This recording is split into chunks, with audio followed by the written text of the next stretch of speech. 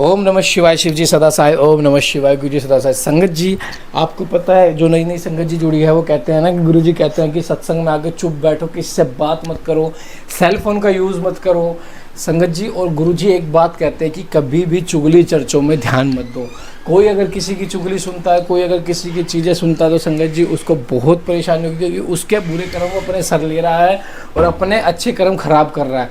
और उसको जिसकी हम चुगली करते हैं ना संगत जी, गुरु जी क्यों कहते हैं इसका कारण, जिसकी हम चुगली करते हैं ना संगत जी, हम उसको अपने अच्छे कर्म दे रहे हैं, उसके बुरे कर्म अपने सर ले रहे हैं। ये एक कहानी मैंने आपको बताई थी, मैं फिर से बताता हूँ। कई एक राजा था जो डेली लंगर प्रसाद करवाता था। तो एक बार ऊपर से चील एक सांप को लेके जा रही थी और सांप को पंजों में ले रखा था। जैसे ही वो ऊपर से गुजरी, जहाँ टेंट लगा हुआ जहाँ पे सब्जी बन रही थी, तो सांप सब्जी में आगे गिर गया और सारा जहर सब्जी में मिल गया और वो वहाँ पे ब्राह्मणों ने खा लिया और सभी ब्राह्मणों की मृत्यु हो गई। तो फिर सभी देवता गण सब हैरान हो गए कि किस पे हम अपराध लगाए इन ब्राह्मण की मृत्यु का। तो 3 ब्राह्मण साइड में खड़े होकर चुगली कर रहे थे राजा की कि ये देखो, राजा भोजन पे बुलाता और ब्राह्मण को मार देता, राजा भोजन पे बुलाता ब्राह्मण को मार देता है। तो फिर वहाँ पे देवता उपस्थित थे, तो उन्होंने कहा कि क्यों ये तीनों ही उसके कारण हैं, क्योंकि राजा का कोई दोष नहीं है, चील ऊपर से लेके जाती, सांप का कोई दोष नहीं है, वो अपने नीचे से प्रभावित, चील अपने लिए जा रही थी, तो किसी का दोष नहीं। जो जिसने चुगली करी सारा दोष उनके सर आ गया। इसलिए गुरुजी कहते हैं कभी भी किसी की चुगली मत करो। किसी की चुगली करना मतलब उसके पाप को अपने सर पे लेना।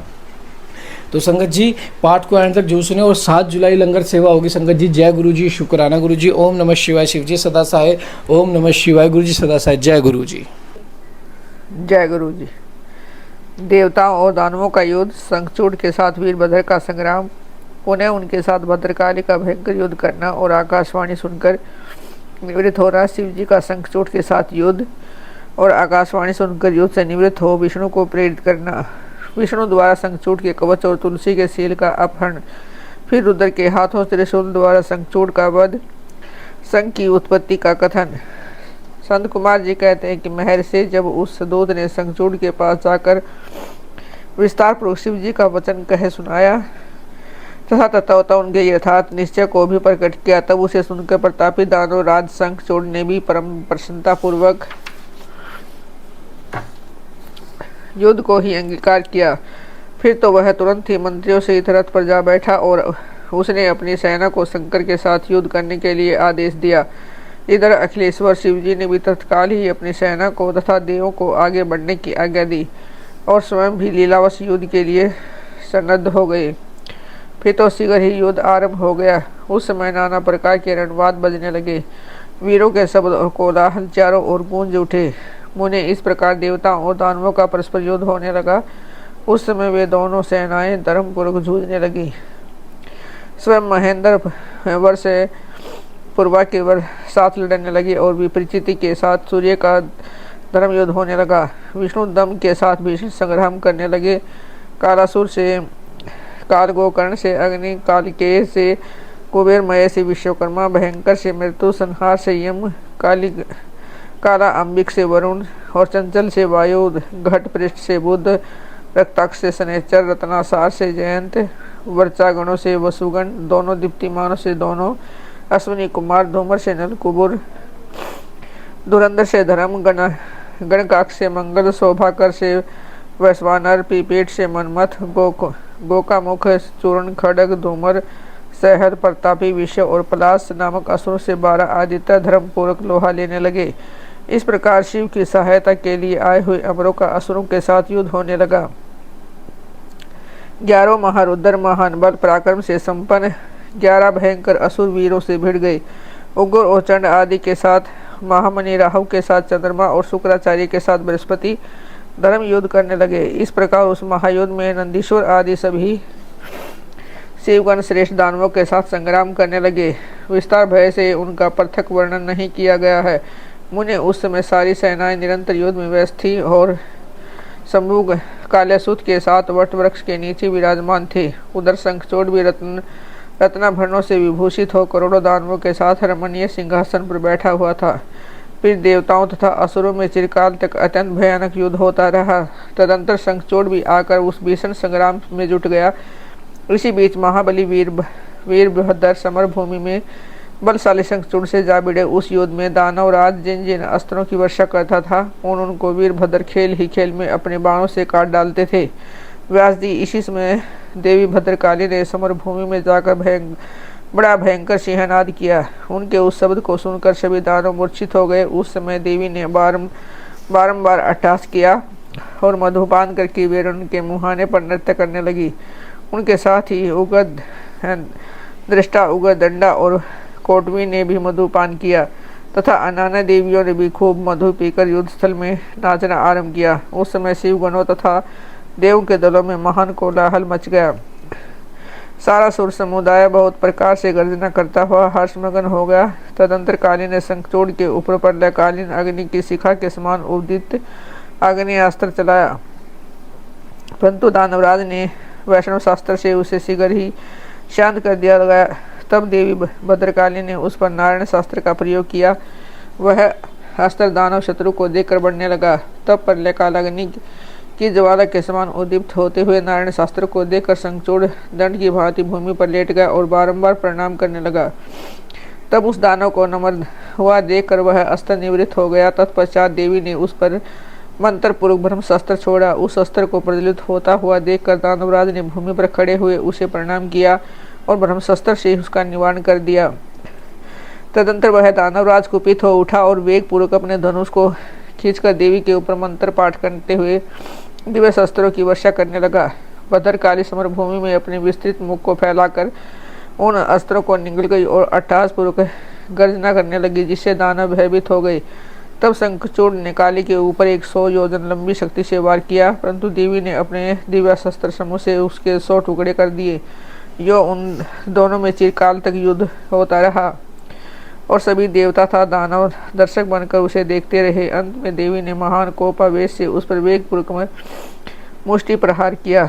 उसकी चोट से वह दानवराज चक्कर काटने लगा और उसी क्षण मूर्छित हो गया। फिर अक्षण भर में ही उसकी चेतना लौट आई और वह उठ खड़ा हुआ, परंतु उस पर तापी ने मातृ बुद्धि होने के कारण देवी के साथ बाह्युद्ध नहीं किया। तब देवी ने उस दानव को पकड़कर उसे बारंबार घुमाया और बड़े क्रोध से वेगपूर्वक ऊपर को उछाल दिया। प्रतापी शंखचूड़ वेग से ऊपर को उछला हुआ और पृथ्वी पर गिरकर पुनः उठ खड़ा हुआ।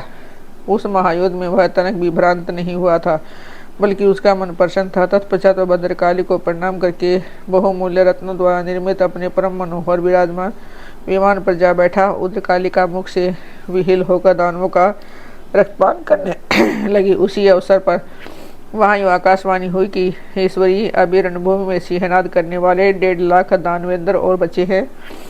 वे बड़े उद्यत हैं, अतः तुम्हें इन्हें अपना आहार बना लो। परंतु देवी, संग्राम में दानवराज शंखचूड़ को मारने के लिए मन मत दौड़ाओ, क्योंकि वह तुम्हारे लिए अवध्य है। ऐसा निश्चय समझो। आकाशवाणी द्वारा कहे हुए वचन को सुनकर देवी भद्रकाली ने बहुत से दानवों का मांस भक्षण करके उनका रक्तपान किया और फिर वे शिव जी के निकट चली गई।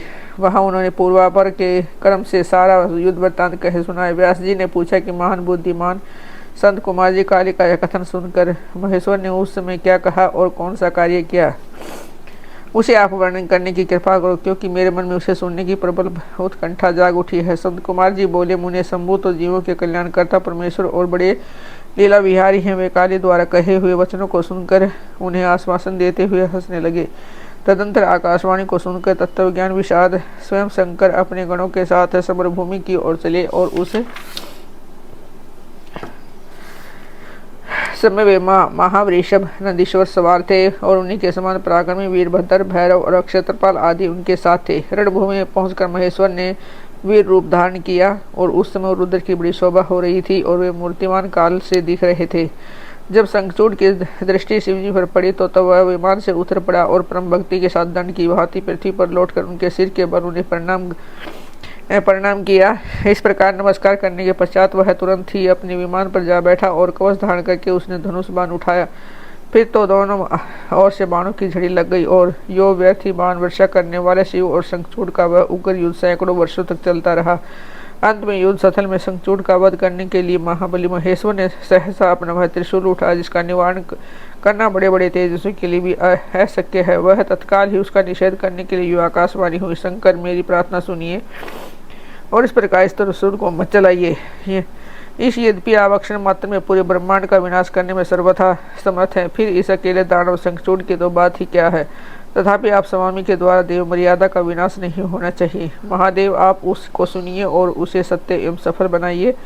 वह देव मर्यादा यह है कि जब तक इस शंखचूड़ के हाथ में श्री हरि का परम उग्र कवच वर्तमान रहेगा और उसकी पतिव्रता पत्नी तुलसी का अस्तित्व अखंडित रहेगा, तब तक इस पर जग और मृत्यु अपना प्रभाव नहीं डाल सकेगी। अतः जगदीश्वर शंकर ब्रह्मा के इस वचन को सत्य कीजिए। तब सत्पुरुषों के आश्रय स्वरूप शिव जी ने उस आकाशवाणी को सुनकर तथास्तु कहकर उसे स्वीकार कर लिया और विष्णु को उस कार्य के लिए प्रेरित किया। फिर तो शिव जी की इच्छा से विष्णु वहां से चल पड़े और मायावियों के से विश्रेष्ठ मायावी ठहरे। अतः उन्होंने एक वृद्ध ब्राह्मण का वेश धारण किया और शंखचूड़ के निकट जाकर उससे यूँ कहा। वृद्ध ब्राह्मण बोले, दानवेंद्र, इस समय मैं याचक होकर तुम्हारे पास आया हूँ और तुम मुझे भिक्षा दो। 3 वत्सल अभी मैं अपने मनोरथ को प्रकट नहीं करूँगा। जब तुम देना स्वीकार कर लोगे तब पीछे मैं उसे बताऊंगा और जब तक तुम उसे पूर्ण करना। ब्राह्मण की यह बात सुनकर राजेंद्र शंखचूड़ का मुख और नेत्र प्रशंसा से खिल उठे। जब उसने ओम कहकर उसे स्वीकार कर लिया तब ब्राह्मण ने छल पूर्वक कहा, मैं तुम्हारा कवच चाहता हूँ। यह सुनकर ऐश्वर्यशाली दानवराज शंखचूड़ ने, जो ब्राह्मण भक्त और सत्यवादी था, वह दिव्य कवच जो उसके प्राण के समान था ब्राह्मण को दे दिया। इस प्रकार श्री हरि ने माया द्वारा उससे एक कवच ले लिया और फिर शंखचूड़ का रूप धारण करके वे तुलसी के पास गए। वहां जाकर सबके आत्मा एवं तुलसी के नित्य स्वामी श्री हरि ने शंखचूड़ से उसके शील का हरण कर लिया। इसी समय विष्णु भगवान ने शंभु से अपनी सारी बात कह सुनाई। तब शिव जी ने शंखचूड़ के वध के निमित्त अपना उद्दीप्त त्रिशूल हाथ में लिया। परमात्मा शंकर का यह बीजा नामक त्रिशूल अपनी उत्कंठ प्रभा बिखेर रहा था। उससे सारी दिशाएं, पृथ्वी और आकाश प्रकाशित हो उठे और वह मध्यकालीन करोड़ों सूर्यों प्रलय अग्नि की शिखा के समान चमकीला था। उसका निवारण करना असंभव था। वह दुर्घर्ष कभी व्यर्थ न होने वाला और शत्रुओं का संहारक था। वह तेजों का अत्यंत उग्र समूह, संपूर्ण शास्त्रों का सहायक, भयंकर और सारे देवताओं तथा असुरों के लिए दुस्सह था। वह एक स्थान पर ऐसा दमक रहा था कि मानव लीला का आश्रय लेकर संपूर्ण ब्रह्मांड का संहार करने के लिए उद्यत हो।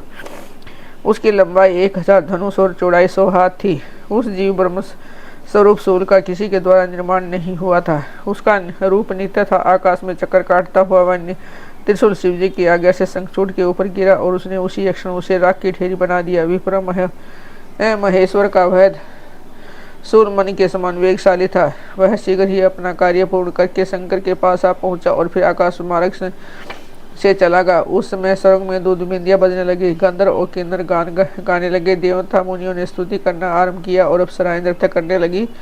शिव जी के ऊपर लगातार पुष्पों की वर्षा होने लगी और ब्रह्मा, विष्णु, इंद्र तथा आदि देवता तथा मुनिगण उनकी प्रशंसा करने लगे। दानवराज शंखचूड़ भी शिव जी की कृपा से शाप मुक्त हो गया और उसे उसके पूर्व श्री कृष्ण पार्षद रूप की प्राप्ति हो गई। शंखचूड़ की हड्डियों से शंख जाति का प्रादुर्भाव हुआ। जिस शंख का जल शंकर के अतीत समस्त देवताओं के लिए प्रस्तुत माना जाता है, महामुने श्री हरि और लक्ष्मी को था। उनके संबंधियों को भी शंख का जल विशेष रूप से अत्यंत प्रिय है, किंतु शिव के लिए नहीं। इस प्रकार शंखचूड़ को मारकर शंकर उमा, स्कंद और गणों के साथ प्रसन्नतापूर्वक नंदीश्वर सवार हो शिवलोक को चले गए। भगवान विष्णु ने वैकुंठ के लिए प्रस्थान किया और देवगण ब्रह्मानंद मगन हो अपने अपने लोक को चले गए। उस समय जगत में चारों ओर परम शांति छा गई। सबको निर्विघ्न रूप से सुख मिलने लगा। आकाश निर्मल हो गया और सारी पृथ्वी पर उत्तम उत्तम मंगल कार्य होने लगे। मुने, इस प्रकार मैंने तुमसे महेश के उस चरित्र का वर्णन किया है। वह आनंददायक, सर्व दुखारी, लक्ष्मीप्रद और संपूर्ण कामनाओं को पूर्ण करने वाला है।